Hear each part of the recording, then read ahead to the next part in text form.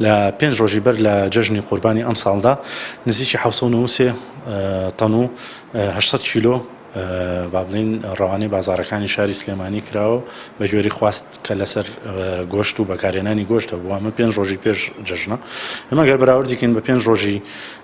پار ساڵی بەر لە هاتنی جەژنی قوربانە 1924 تەن سەربڕاوە، ینی جیاوازیەکەی ئێمە ئەتوانین بڵین نزیکی بە بەراورد بە ساڵی پار ئەو 5 ڕۆژە 69 تەن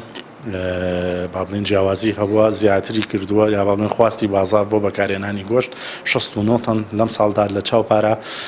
زیادی کردووە.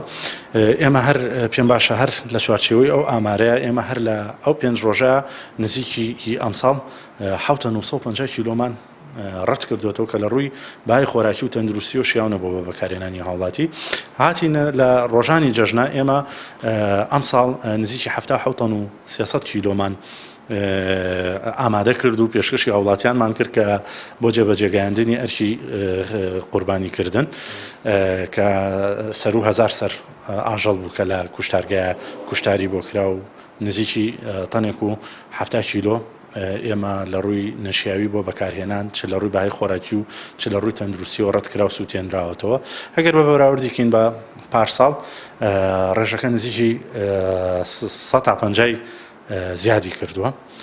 بە بەراورد بە ساڵی پارکە کوشتار لە جەژنی قوربانە لە ناو کوشتارگایەکە.